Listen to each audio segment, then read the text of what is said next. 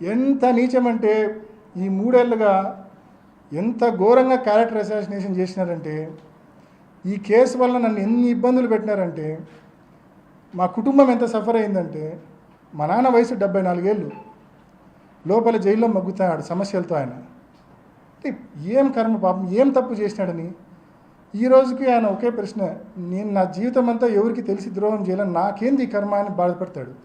పులివెందుల్లో ప్రతి ఒక్కరికి తెలుసు మా నాన్న ఎవరికి తెలిసి ఎవరికి ద్రోహం చేయలే. అటువంటి వ్యక్తిని అన్యాయంగా లోపలేసినారు.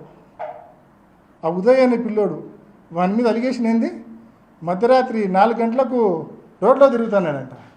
రోడ్లో తిరిగితే ఏమి, రోడ్లో తిరిగితే కేసులో ఇరికిచ్చేస్తారా? ఏమన్నా అలిగేషన్స్ అండి.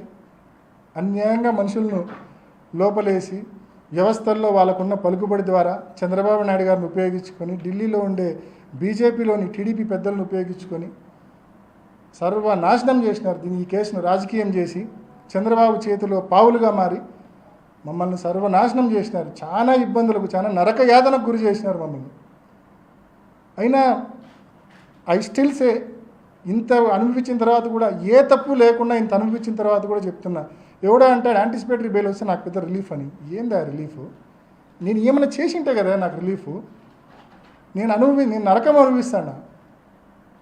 నాకు అది రిలీఫ్ ఎట్లయితుంది? నాకు సంబంధమే లేదు ఆ కేసుతో. యాంటిసిపేటరీ బెయిల్ వస్తే అది రిలీఫ్ వచ్చినట్టు అంట. ఈ నోటికి వచ్చింది మాట్లాడతారు.